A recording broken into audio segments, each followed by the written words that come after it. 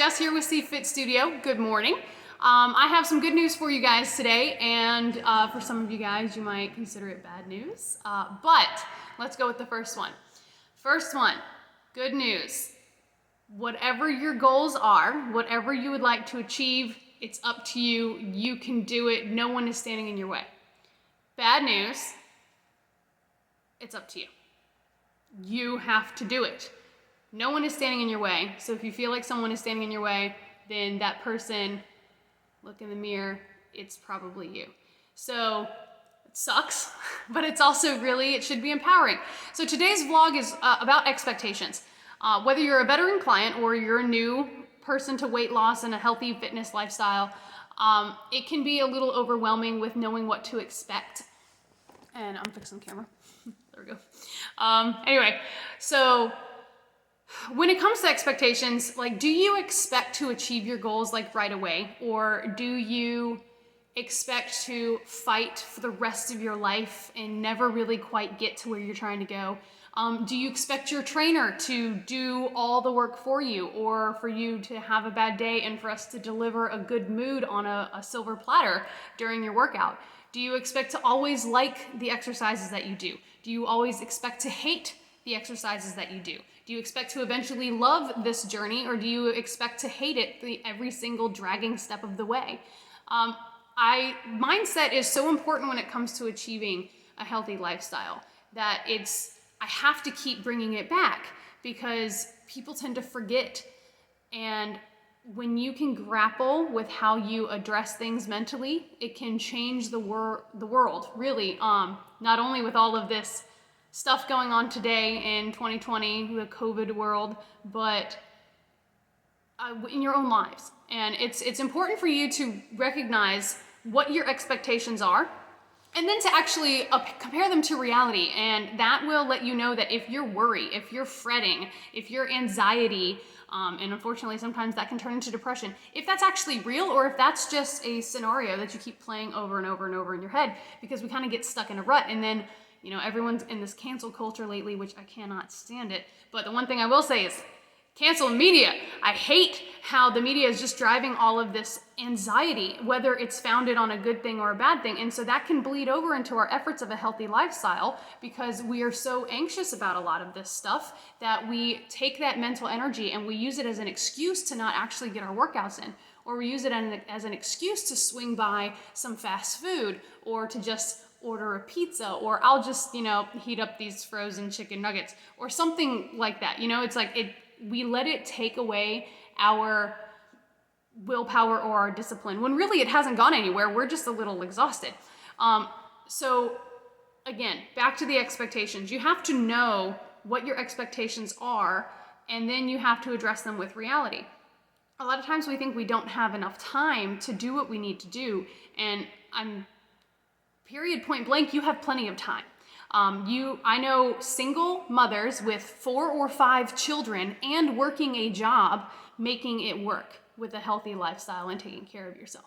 I know doctors. I know people who are running a full-on farm and have a full 40 to 50 hour a week job, and so does their spouse, and both of them still can maintain a healthy lifestyle, cooking for themselves, not always eating out. So now I know it comes easier for some people and not others, but basically the point is recognize what it is that you're telling yourself, and then try to help yourself overcome whatever it is that you're telling yourself with reality. So we all have the same 24 hours in a day, the same 163 or 164 hours in a week. And even if we're granted 8 hours of sleep a day, which we should be, right? How much is that?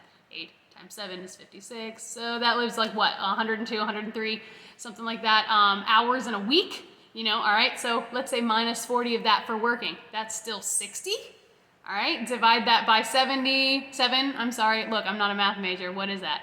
8, 9, so you have that many extra hours in the day. You can even cut out commutes, cut out 2 hours. Let's say your commute is an hour each way. That still leaves 6 or 7 hours each day for you to find out not only what you're eating, but actually eat and then have free time. Again, that's giving you 8 hours worth of sleep, 2 hours a day for a commute, and a 40-hour work week, 8 hours a day, you know? So there's time. You can make it work. So now let's talk about the expectations of while you're implementing this work, right? So we just overcame the time factor. You got time. You might have to make time, but you got time. If your water boiler broke and there was water all over the floor, you would find somehow to have 7 hours in the day to fix it. So you can make time for a 30 to 60 minute workout. You can make time to take 20 minutes to throw something in the oven instead of spending 20 minutes or even 30 going to pick something up. All right, tangent. So let's go back to the expectation on results. So when it comes to results, people come to me, and many of them, unfortunately, are not the epitome of health, naturally. And that's fine. And some of them actually are, and they just want to kind of tweak some of their existing program and kind of help achieve some goals that they can't quite get there on their own. And it's great either way. But with the expectation of those who come who are not quite the epitome of health, they really kind of tend to expect themselves to get super healthy really quickly, or they expect to drop weight like that. You have all these false, and I'm gonna like bold, capital letters, underline, italicized, false marketing, and lying essentially with how fast you can lose weight in a given time, like with all of these fad diets and stuff. And I hate it because it sets up these false expectations. And true healthy weight loss, 1 to 2 pounds a week. Now, if you start eating well, let's say you're eating full of McDonald's and Taco Bell or Chick-fil-A, I'm sorry guys, Chick-fil-A, Panera, it doesn't count, it's bad. Stop eating it. And you're doing all of this, you finally start cooking food at home, or at least you're choosing healthier options for the times that you can't cook at home. You're drinking a lot of water, 64 to 100 ounces a day, closer towards 100 if you can. And you're exercising now, a minimum 2, 5 or 6 times a week is ideal, right? 30 to 60 minutes each time, depending on what it is that you're doing. It's like you're finally doing all of this. You might see on the first week or two a good anywhere between 3 to 5 pound weight loss drop. Some people even see close to 10. I really want to underscore that this initial it's water weight, and I know people, you probably hate hearing that, but I'm sorry, it's a thing. Drink your water, your body will stop holding on to water because then it will trust you to hydrate it. It only holds on to water because either you're drinking too much salt or consuming too much salt, meaning when you do drink whatever it is you're drinking, salt is needed to absorb the liquid, right? So you're having too much salt, so you're, puffing up, or you aren't drinking enough water, and so whatever coffee, which is a diuretic, so if you're gonna have a cup of coffee, have an equal cup of water, and that neutralizes, it doesn't count as one of your cups. Sorry, sucks, I know, but I didn't design it that way. Then your body's gonna hold on to whatever liquid you do drink because again, you're not hydrating it, so it can't trust you. All right, so let's say you're doing that. You finally start eating well, and not only eating well, but you're actually, like, you remember my long-winded nutrition video the other day? I think it was like 15 minutes long. You finally feed your body, and now you're getting your body to trust you to hydrate. It's trusting you to feed it. It's working out. Hopefully you're prioritizing your sleep and your stress management, and all that fun stuff. It's still, after you lose that initial water weight and the initial inflammation that could be coming from the bad food, which is usually what you see with those big weight loss numbers in the first 1 to 2 weeks of a weight loss regime, now that's where you really have to pay attention to 1 to 2 pounds of weight loss a week. And in order to make sure that weight loss is fat loss and not losing lean muscle density, muscle, right? It's 1 to 2 pounds a week, and that sucks. And what that equates to is about 500 calorie deficit a day for, I think that's 1, and I think it's a little bit more, obviously, for 2. Now you can do that either via just nutrition or nutrition and exercise. Obviously, you want to do nutrition and exercise together. It's not just about getting what's called skinny fat. You have a lot of really thin, skinny people who are unhealthy. It's about being healthy. So you have to eat well, you have to exercise, keep your body healthy, lubricated, and then feed it with a good amount of stuff, right? So let's go back to that. I really want to go back to that. 1 to 2 pounds a week. So if you come to me and you say you want to lose 50 pounds, can you do that math for me real fast? Let's say you lose 5 in the first week. You drop a good 5 pounds in water weight and inflammation, maybe even 10. Let's say 10. That leaves you 40-pound weight loss, right? Are you doing the math? 40 times 1 is what? 40. Okay. How many weeks are in a year? 52. So, right? And that's one. Let's say you go really, really hard, right? And you do 2 pounds. How many weeks is that? 20. How many weeks are in a year? 52. So you have minimum like 6 months to a year before you're going to reach your goal. And that is with consistent effort. Now, that doesn't mean that you're not going to get there. That doesn't mean that it's impossible. That doesn't mean it's going to be hard the whole time. I mean, yes, you're going to have to create that new habit, and it's going to suck a little bit until it becomes a new habit. But the point is that you have to know what reality is. You know, if you are struggling with larger weight loss, you didn't get there overnight, and you're not going to get rid of it overnight. And to beat yourself up because it's taken a little bit of time, that's just, it's unfair to you. It's unfair to the effort that you might be actually putting in. And, you know, I really want you to believe that you can do it, because literally the only way you will fail is if you stop. Period, point blank. You know, Michael Jordan missed I don't know how many hundreds and hundreds of free throws before he finally became known for the move that we all know him for, right? And Disney was told he didn't have any imagination. Can you imagine if he just stopped? Hello, the world is run by wonderful Disney songs. You know, it's like, don't let a couple stumbling blocks, or if it takes you just a little bit of time, you know, for you to recognize that you still can do it. All right, be patient, diligent, consistent, be frequent with your efforts, but be consistent and just steady plug along. Now, okay, let's go back to those a little bit with the expectations. So let's say you're doing this, right? I also tend to have people develop these good efforts, and then as you get kind of familiar with them, they just kind of become something normal. I'll ask them how they did over the weekend. And here's a little secret from me, a trainer, to you guys, clients, and other people. You can see inflammation on somebody's body, especially when you're in a fitness industry. We can tell. If I'm asking you, how was your weekend? How was your diet? Did you have fun? Did you get any cheats in or something like that? If I ask you, you know, and I have a little insinuation in my tone that like, did you enjoy yourself a little bit much this weekend, right? I already know the answer. I can see it on you. So keep that in mind, right? But, so don't lie, because we already know. But anyway, so that's fine. Carpe diem. We are all gonna die one day, right? But we need to make sure that while we live, you know, because life is short, that we are having a fun, wonderful life, not full of pain, not full of inflammation, not full of joint aches, not full of anxiety and depression and lack of sleep. And you know what I mean? It's like we need to be having fun, and it's good nutrition and exercise are nature's best ways of achieving that.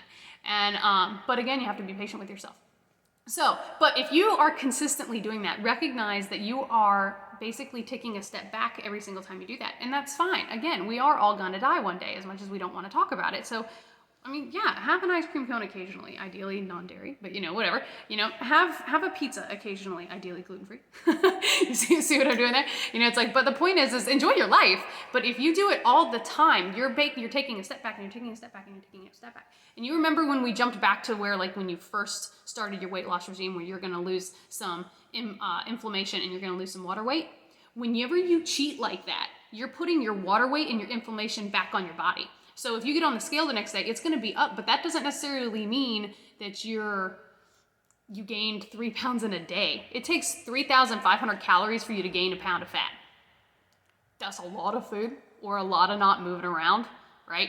So, I mean, you really can't do that unless you literally do nothing but eat all day. I mean, yes, people do like hardcore heavy worker-outers, but they go out of their way. You have to try hard. So if you see that happen, just know that that is inflammation and water weight, and don't freak out about it. But recognize that you will not continue your weight loss journey until you get rid of that inflammation and water weight that you just put back on. You know, all these efforts of you getting it off. Let's say you were, let's go round number, let's say 200 pounds. You go and you lose your water weight and inflammation, you get down to 190, and now you're starting your actual weight loss of 1 to 2 pounds a week, right? You go on a weekend binge, you know, pizza, ice cream, beer, whatever, which horrible, I mean, yes, delicious, but horrible combination when it comes to health. Absolutely horrible. It takes more than a week usually to get that off. So then you get back on the scale, and now you're up at like 195, 197. You're like, what the heck happened?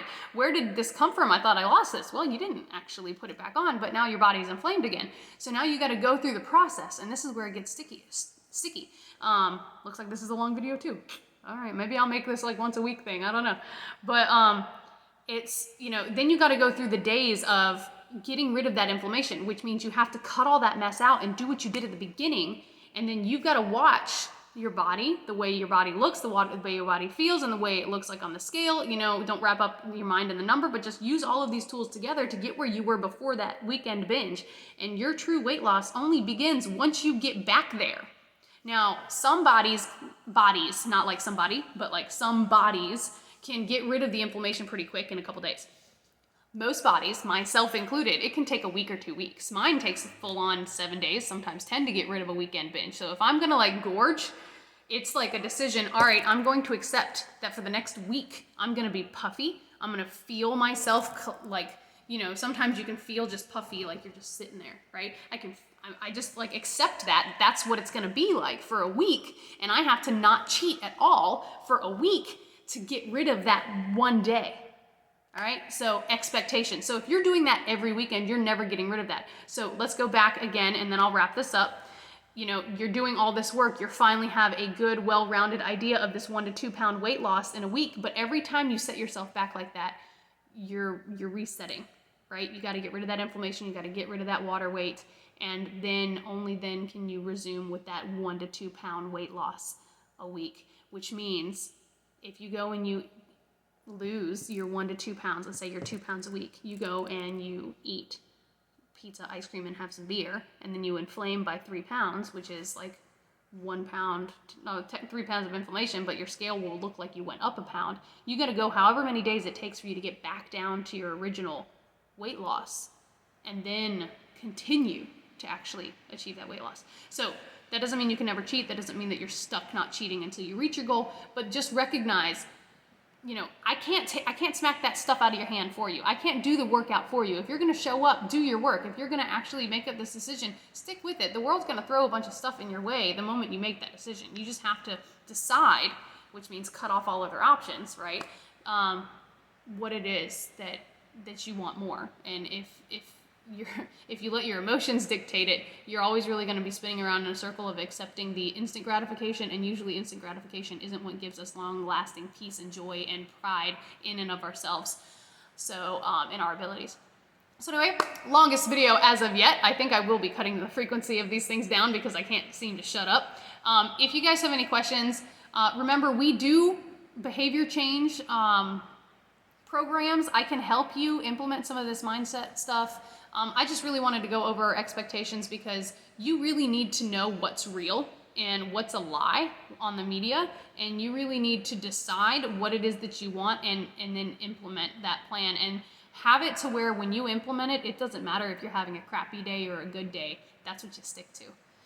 All right, it's Thursday. Have a wonderful day, guys. Try to get your workout in, of course. Try to choose good, healthy options. Avoid that sugar, that gluten, that dairy, that alcohol, and give me a call if you need some help. We will figure it out together. All right, have a great day. Thank you so much for sticking with me. Sorry I'm so long-winded. God made me this way. All right, bye, guys.